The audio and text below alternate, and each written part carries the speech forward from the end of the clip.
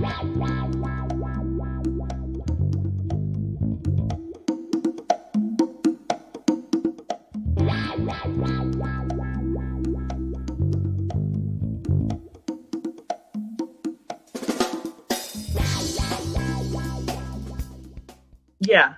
I have to say the developer advocate is not the job for people who don't like emotional labor. Because it's a two-way interface between outside developers and product. And so on the one hand, I'm bringing stuff in from outside developers who may or may not be happy to my product team. And on the other hand, I'm taking what the product team has built and figuring out how to make that relevant to developers on the outside, while I'm also maintaining all these relationships and connections. What's up, everybody? Jay Miller here, bringing another Productivity in Tech podcast. My guest this week is someone that I met a few years ago at North Bay Python up in Petaluma, California. Hedei Waterhouse is a developer advocate for the company Launch Darkly.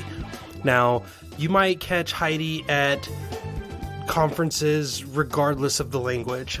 She goes to Ruby conferences, JavaScript conferences, Python conferences. I've seen her on Twitter talk about the many different places she's been to, and looking forward to going to, and we talk a lot about that in the episode. And so here it is, my conversation with Hedei Waterhouse. So my name is Hedei Waterhouse, and I work for a company called Launch Darkly, and we do what I sum up as feature flags as a service. And that means that we spend a lot of time talking to people who care about developer tools. So I've spent the last 18 months since I started literally traveling the country and the world talking about feature flags and how awesome they are. But that means that I have spent shockingly little time at home. I tallied up my already planned trips for the next couple months, and I will be home 9 days in March and 13 days in April. No, the other way around. Yeah, 13 days in March and 9 in April. Oh wow, that is and you have a family and everything. So is this away from family? Does family come with you? It is almost 100% away from family. In December, I got to take my wife to one of my conferences that was in Florida. And she says I'm required to go to that conference forever and ever now because she had a great time like sitting by the beach. And I'm like, yeah, all the rest of us were in a conference room with a view of the beach. I think there's Release Notes. I think their conference is in like Cozumel this year. Or that's just not nice. Yeah, like they we reserved a private island to do a developer conference. Like what? Yeah. So on my bucket list of things that I want to feel like I've earned, there is an intermittent cruise that goes to Antarctica that they're going to run as a conference. So if you are a speaker who has the other 6 continents, you could get the 7th one. Oh man, I think they combine it with the crazy marathon people who have 7 continent aspirations. So is it like Frozen Conf? I don't know. I'm like, I cannot personally justify $5,000 to check that off, but man, it's tempting. Yeah, no, that's a little too wild for me. But we originally met 2 years ago. A year. Yeah, 2 years ago. Last December? Not this December. Yeah, December of 2017. Mm-hmm. We met in Petaluma and had a really good chicken sandwich at a bar. And that tells you how much of a lasting impression you made on me, is that I remembered that it was a bar and that I had a chicken sandwich and we shared Cajun fries and it was really good.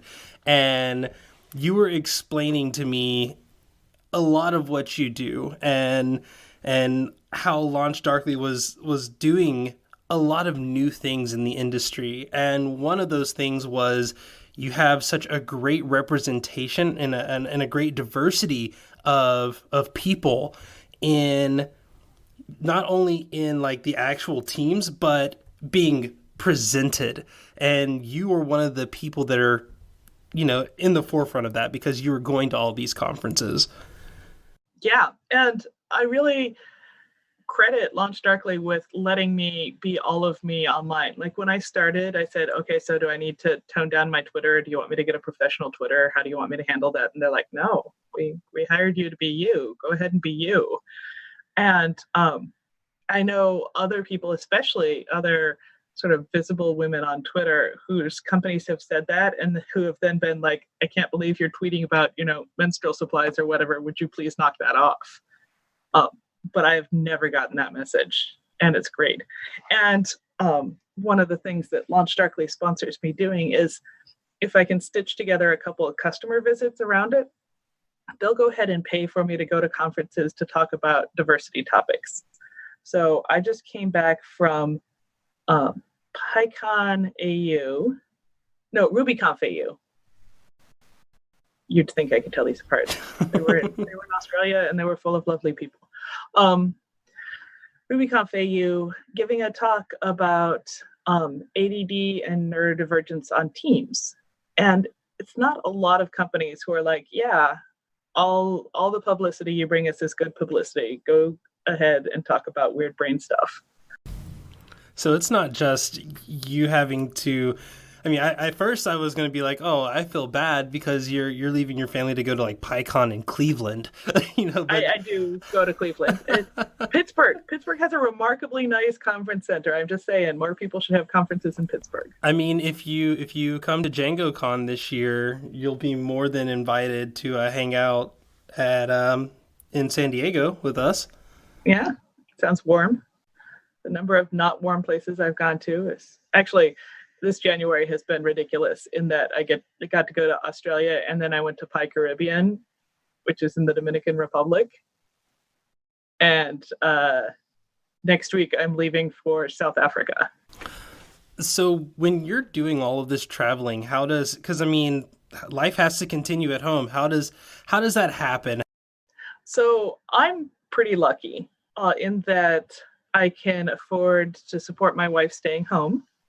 And she can therefore support the kids doing all of their, various and assorted kid activities.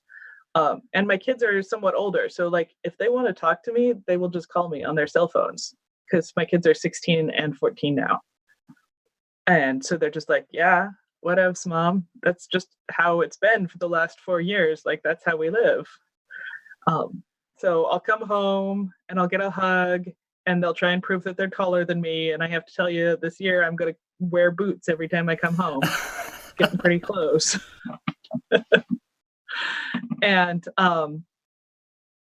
then, yeah, we sort of settle back in. My wife and I have different housekeeping standards. So I'm always like, for the love of God, are you telling me nobody swept the floor for 3 weeks? And she's like, yeah, but when I leave you alone, like, they go feral in other ways. Fair, I guess you're in charge when I'm gone, and also when I'm here. Yeah, I think that's the relationship I have with my wife.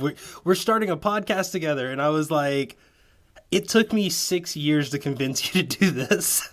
And she was like, because you already spend too much time in the office, whether you're streaming, doing interviews, or whatever. Like, you're always in the office, you're always busy. So I figured, if I can't get you out of the office, I'll join you in there and we'll figure it out. Yes. One of the things I do to try and make it a little less hard on my wife, although it's sort of a trade-off, is all of my reward points and airline miles go to vacations for her. Oh, that's nice. On parenting duty 100% of the time and sort of stuck at home. When I get home and I have enough points saved up, I'll send her off to see her friends in Seattle or Boston or whatever. Oh, nice. Yeah. But that means that then we don't have that time together. So that's kind of hard. Yeah. I'm actually kind of worried about what's going to happen when I stop traveling so much, because I think we're going to have to learn to live together again. I get that. And I think that's something that... Like the post-retirement problem, right? Well, I'm not even post-retirement, because that happens. Like, you go through cycles in life. I mean, I was in the military, so I was deployed for almost 3 years. Like, I would go out for 3 months, come back for one, go out for 3 months, come back for one. And I told my wife, I've lived in San Diego for 6 years now, and this is the longest I've lived in any place since I was like 10. Yeah. And like the longest I've lived in any like county since I was like 10. And that absolutely drives me insane. Like I'm trying to convince her like Seattle must be the place to go because I'm trying to convince her to move to Seattle too. And it's like, oh yeah, we can go move to Capitol Hill or we can move, to Renton somewhere. And she's just like, no, it rains. But she's always She's lived not in wrong. Southern California, so for her No. it's like this is just normal. Yeah. No, I wouldn't take somebody who doesn't like rain to the Northwest. Don't do it. Not gonna end well. It's been raining a lot here, and she's just like, I don't know what is happening. I was like, well, I Why mean, is the sky falling?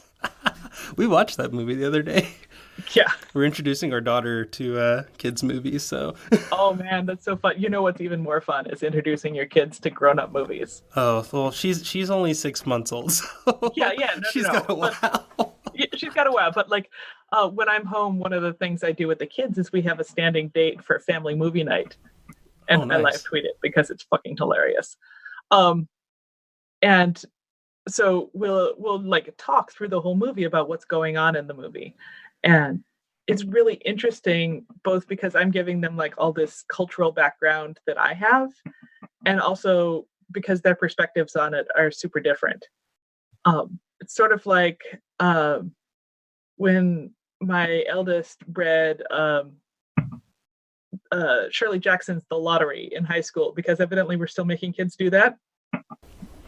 Wow. And he's like, "What is this M. Night Shyamalan twist at the end?" And I'm like, "No, no fair. That was your first reference for that behavior." Okay, yeah, That's yeah, funny. okay. But that's cool. Like you introduce ways to make the time that you have more valuable, when you're at home. And I think that's something that I think people that don't travel all the time need to work on. I know I need to work on that. Yeah, we've learned that we have to have standing dates with the people we love, to keep a relationship going with them that isn't just a conversation about the kids. But I think we also need to remember to do that with our kids and to say, hey, this is a special time that's set apart. The other thing I do, which they do not love, but will someday look back on fondly, is we'll frequently on Sundays have like digital timeout where you can't be on your screens. And if you tell this to a 14-year-old and a 16-year-old, they make a noise like the Wicked Witch of the West has just gotten wet. But I think it's important, and I do it too. And we all sit around and like do a puzzle or read a book or something together, because I want them to have touchstones that are like memorable. And I'm not gonna say I'm perfect at this. I missed my daughter's 13th and 14th birthdays. I kind of sort of missed my son's 16th birthday. Um, they are not super like on the exact date birthday people, but like I'm not doing great at keeping those dates clear. And I wonder if I'm going to pay for that later, if that's going to be a thing for them. Well, I think more than anything, and this is just me talking as a kid who was raised by a single parent. A lot of things just get normalized, and I think that's the hardest part. Is you don't want the wrong things to be normal. Like, oh, for me, it was like I didn't want to have kids while I was in the military because I didn't want to have that situation of like, oh, it's my the birth of my daughter and I'm deployed, which has happened to so many people I know. And it's just like one of those things that for me, it was like I didn't expect. There were a lot of expectations that I could have had that I probably should have had that I just didn't have because that was just the way that things were. And I love that you're fighting having that by saying like, okay, I do have to go out and do these things. But then when I come back, we are sitting down, we're catching up, but it's not going to be like us sitting down and talking like you know, over the fireplace, like tell me about the past week. Like it's not that. Like we're doing Yeah, fun no. things, you know. That's not it's not a winning scenario. The only time you can get a kid to talk to you, I think, is if they are trapped alone in a car with you. Or if they don't realize that they're talking to you. That's Yeah, that's the other one. yeah. And I don't blame them. Like, I think as parents, we don't really have a right to the inner lives of our kids, but we're so used to, like, when they're littler, them telling us everything that we assume that they're going to keep telling us everything. And no, no, because now they're teenagers and they're people. And thanks. Thanks, no. And like, I remember being a teenager. My parents did not need in on my inner life. Thanks. I was a boring teenager. I didn't get fun until like my mid 20s. Yeah, I wouldn't say I wasn't boring because I kind of was, but I still had like big feels. There were a lot of big feelings, big Yeah. mood. And like as a parent, I'm like, oh, you have hormones. I'm like, no, I have I have darkness in my soul. And yeah, no, I'm just gonna respect that the darkness in their soul might or might not be related to hormones, but whatever. The other interesting thing about being away is like who manages all the household management stuff. And maybe if you're coming from a single parenting background, it's easier because there's no fallback. But like I find email sort of stressful. And my kid is going on an overseas trip this summer. And there's all this like paperwork related email that involves things like get a photocopy of the passport. And so I'm like, hey, Megan, co-parent, will you please do that? And Megan, who has worse ADD than I do, is like, yeah, I'll absolutely do that. And then it doesn't get done. And, yeah. And then the teacher's like, yo, I really need that thing. And I'm like, oh, I delegated it.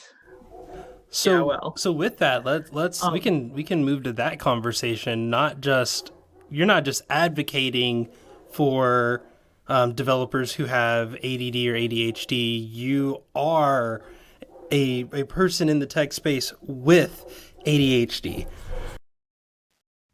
Oh yeah. Yeah. And I give a talk on this and the fact that I was diagnosed as an adult because a lot of people are. It I was turns as out, well last year. yeah, surprise. Yeah. It turns out that it's super heritable, so a lot of people figure out about the time they get their kids diagnosed, and they're like filling out this terrible form, and they're like, "Oh, that's me. Oh, that's me too. Yeah, no, So how do you manage? I mean, like you said, there's a lot of stuff happening when you're traveling, not just all over the country where you would only have to worry about plane tickets, but you're traveling all over the world. You have to worry about like passports and all of those different things that come like, oh, I need to make sure I get my money exchanged. How do you keep track of the stuff that you have to do in Lisbon, and then the stuff that you have to do in Sydney, and then the stuff that you have to do in Oakland? checklists. I have a rigorous set of checklists, and I'm very fortunate that my company pays for a personal assistant for me. That's awesome. Yeah, so I can say to her, "I'm going to Cape Town. Please find me flights on these dates using my pre-existing airline and hotel rewards, and the cards." And she takes care of that part of it for me. But I still need to check like Visa. The one that trips me up all the time is power converters. There isn't Yeah. actually a universal power converter. You can do okay, but not 100%. It turns out South Africa has a very weird one, but I think based on research that I can maybe use the European converter. We'll see. And that's the thing that so many people tend to forget is it's not the big tasks that throw you off. It's always like the smallest of details, like, oh, you have to make sure like Hey, like you said, if you have the wrong converter, then you're in trouble. When you're there, it's not like you can do anything about it. So you're like, Yeah, oh I well. hope you don't mind spending like 60 euros at the Apple store in Germany to replace it because I've totally done that. Um, That's when you do the 2 week like no questions asked return policy. Like we call it renting, where yeah, you go out, you buy it, and you take it back the next day. yeah. So yeah, what I do is checklist. And every time I forget something, it bites me on the ass. I add it to the checklist and I run through my checklist before I go. And I have packing checklist and I have like the 3 weeks ahead and the 2 weeks ahead and the day of departure. And how I remember to get, oh my God, prescription medications.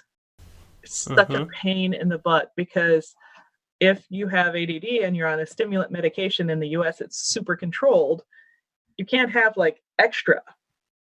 But what if you're going to be out of the country when your prescription comes up for renewal? Yes, Yeah. and that's not something that you can just like. If you're taking it and you stop taking it, it's not like, oh, I get a cough. It's like, no, you start wanting to punch people. Yeah. Yeah. Fortunately, I don't have well, no, I do have impulsivity, but it's not violent impulsivity. it's, it's just like I can't get up in the morning and I can't pay attention to people talking, which is kind of like 100% of my job is listening to people talking. Um, like, I honestly don't know if I will ever travel to Japan because Japan doesn't allow you to bring any of that in, not even personal use. Oh wow. Yeah. I'm like, oh, wow. They're super intense.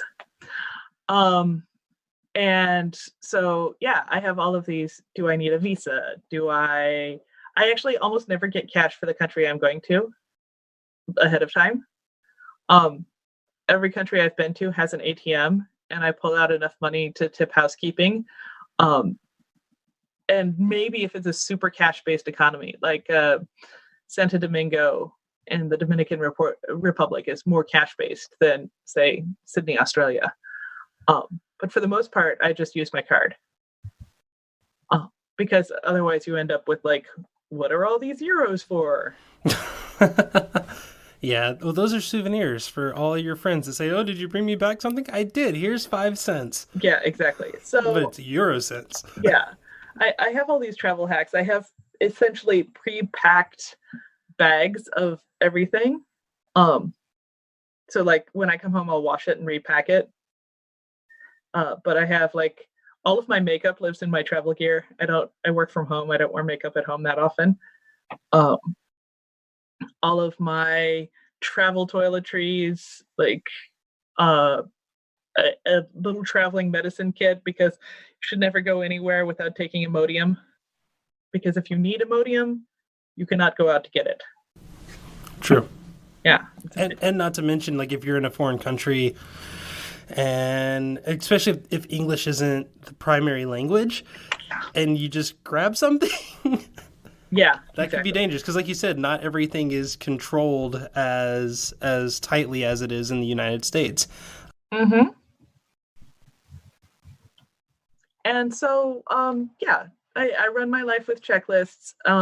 I accept that sometimes stuff at home gets dropped, and that's just an expense that I have to accept. Like, once in a while, I'll pay the bill, and she'll pay the bill, and all the bill is paid. The bank account is sad, and But mostly, how it works is when I'm traveling, I'm very much in the moment where I am. So with that, actually, and I think that would bring up probably the last question that I'll have for the first part of the interview, and then we'll jump into the after show. So your job primarily, like you said, is to listen to people speak and to make sales, to get the process started in that sales process for Launch Darkly. Is there anything that you do outside of that you have to be aware of, for your job, for work, as far as recruiting goes? Or if you're, do you have to go into like Oakland or San Francisco just to hang out with, people in the main office. I mean, Yeah. is there, do you have to do those things? And if so, how do you fit those in while you're, touring all over the world? hmm So yeah, I wouldn't even say I'm the top of the sales funnel. I think of myself sort of as the whiskers of the organization. I'm sort of out in advance. So I'm giving talks on theory, but I visit customers. Like when I was in Australia, I visited 4 different customers and I got them to organize a meeting and tell me everything that they feel about how it is to use our product. And then I take that back to the product team. Or I'll do women in tech special interest dinners. And then, yeah, I do try and go back to the office a lot, especially since Launch Darkly isn't a distributed team. So it's like me and the one DevOps guy who are remote, and so it's important for me to go in because otherwise people tend to forget that I'm a resource that they could have. So there are enough conferences in the San Francisco area that I basically build 2 days onto the end of any time I'm in there and go into the office. So like um, I was in San Francisco, or I was in Oakland actually for the sales kickoff. So I could do some training for the sales team and basically explain to them what's happening in the industry. And then I put in 2 extra days on top of that to show up at the office and eat lunch with people and hang out with them and get introduced. And that's really an important part of the team building for me.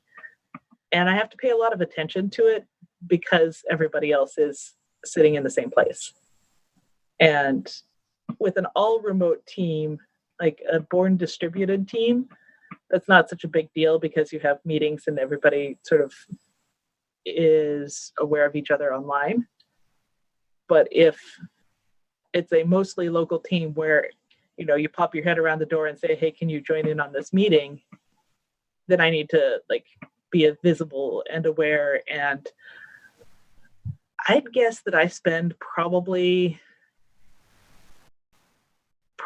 5 hours a week curating work relationships.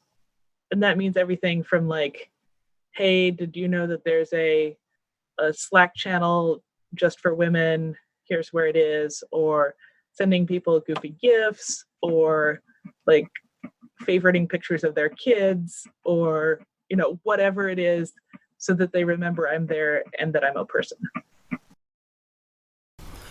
So it sounds like as much as you're managing the relationship at home and including things for you to do at that time, you're also managing things at your office kind of in the same way, making sure that when you are in the office, people know who you are, people are familiar with you, and you're not alienating yourself out of, I guess, the routine that is the day-to-day office grind. Yeah, I have to say the developer advocate is not the job for people who don't like emotional labor. Because it's a two-way interface between outside developers and product. And so on the one hand, I'm bringing stuff in from outside developers who may or may not be happy to my product team. And on the other hand, I'm taking what the product team has built and figuring out how to make that relevant to developers on the outside, while I'm also maintaining all these relationships and connections. I probably spend another 5 hours a week maintaining what I think of as industry connections. So that's, making time to do podcasts and commiserating with people on Twitter and doing like recruitment connections. So like, I know there are a bunch of people laid off here and I know there's some people hiring here. Let me introduce them to each other. I see somebody is having a rough travel trip. Let me hop online and see if there's anything I can do for them. Can I deliver them soup or something?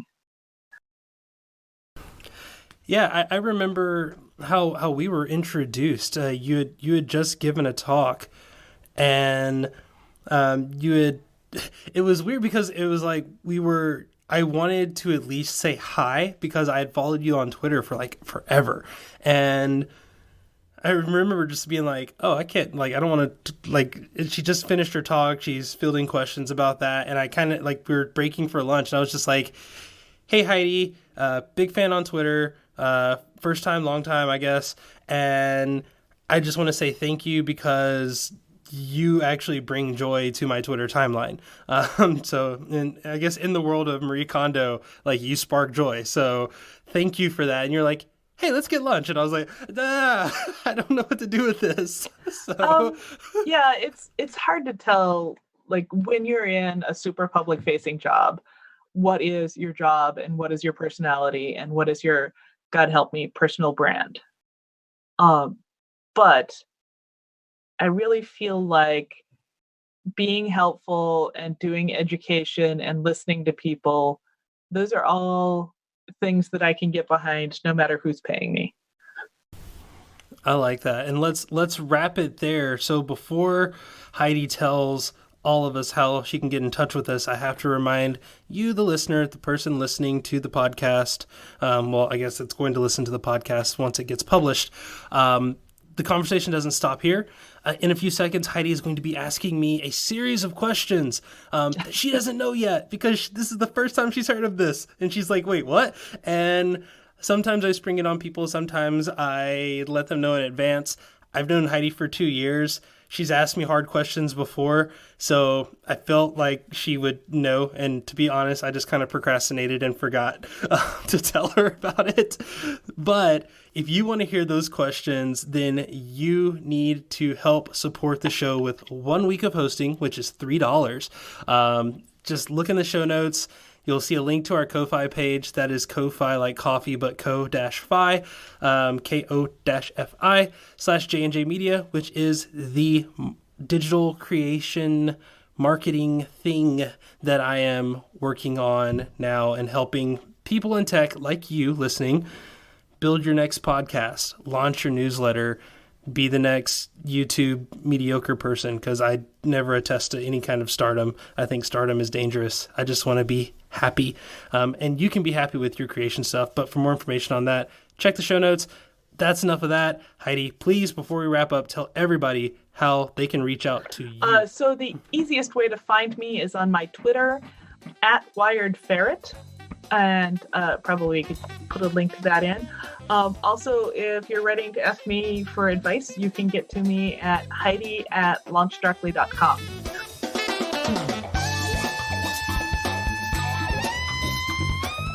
You've been listening to my conversation with Hedei Waterhouse. I hope you enjoyed the show. I definitely enjoyed talking with Heidi. It's not something that I get to do all the time, especially since she's always out on the road. But again, the conversation didn't end there, so be sure to check out the after show. Again, you can do that by hitting up our Ko-Fi page or becoming a PIT member, which is $10 a month or $100 a year. And both of those links are in the show notes. And as always, a special thanks to Nadir Omawale for the use of his music, a hustler in spite of myself. And thank you, Heidi, for being such an amazing guest. But that's going to do it for the Productivity in Tech podcast. I'm Jay Miller. I hope we've been productive, and I'll see you later.